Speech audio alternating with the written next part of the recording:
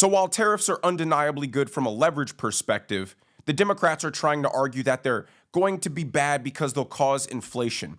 Here's Trump's Commerce Secretary debunking that on CNBC.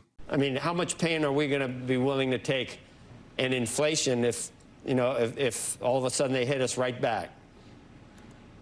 Remember, so you made one comment. So inflation comes from a government printing more money. Some prices can rise. This bottle of water. It can't happen at all from tariffs? Tariffs do not create inflation.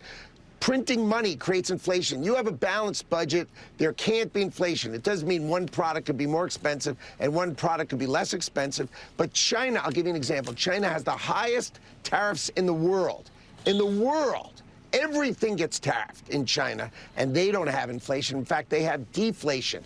India, the second highest tariffs in the world, they don't have inflation. So this concept is just people whining and complaining and not being truthful. The fact is, we need to protect America. Tariffs are a widespread macroeconomic phenomenon that affects every product, every service, in every industry. Tariffs simply make specific products coming from specific countries more expensive and less attractive than the American alternative. So if you buy American, the prices don't go up. Not to mention Mexico, China, and Canada represent less than half of all the total imports that we buy, and imports represent only 15% of everything that we consume. Another piece of news I wanted to share that highlights the enthusiasm behind Donald Trump's business-friendly America is the spike that happened today with the European bond market. You see Germany up by 8.5%, France up by 4.3%, UK up by 1.2%,